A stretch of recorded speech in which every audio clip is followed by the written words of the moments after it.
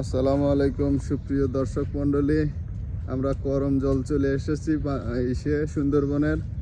দেখতে পাচ্ছেন একটা বানর আমাদের সামনে ছোট ছোট পায়ে উপরে উঠে গেল। এই বানর ভাই, খবর কি? কি হয়েছে, ভয় পাইছে? হ্যাঁ, তো এখানে আমরা আছি, অনেকেই আমাদের সাথে আছে। আমাদের হাসান মিয়া, হারুন শেখ, ওই যে আমাদের লাঠিয়াল রকি। তো দেখেন আরো অনেক মানুষ এখানে এসেছে দেখার জন্য সুন্দরবনের এই গহীন বনের মধ্যে জীবজন্তু, কুমির,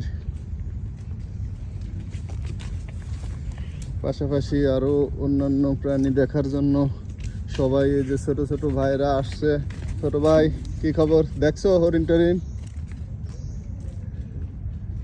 হ্যাঁ, তো আপনারা যদি কেউ এ সমস্ত দেখতে চান, ভ্রমণ করতে, ভ্রমণ পিপাসু মানুষের খুব সুন্দর একটা দেখার জায়গা, আপনারা আসেন, দেখেন, খুব ভালো লাগবে। আমরা আসছি, এখানে দেখছি বিভিন্ন প্রকারের গাছ, সুন্দরবনের সুন্দরী গাছ, বাইন গাছ, অন্যান্য গাছ। এই সমস্ত বন পর্যবেক্ষণ কমিটি আছে এখানে। কি বন্য, ওরা কি কি বলে যে বন্য ফরেস্ট অফিসার। হ্যাঁ হ্যাঁ, এই ফরেস্ট বন বিভাগের লোকজন আছে। ওইখানে একটা বালতি, ওই দেখেন ভিতরে একটা বালতি। এই বালতিটা কি কাজে ব্যবহৃত হয়, এটা আপনাদের কাছে আমার প্রশ্ন থাকলেও, এটা কি কাজে এখানে ব্যবহৃত হয়, বা এখানে কোনো মানুষের বসবাস আছে কিনা, এটা আপনাদের কাছে জানবার চাই, বুঝছেন?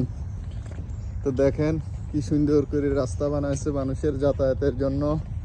এটা কি গাছ দেখেন, গাছের মধ্যে এবার ফাঁকা।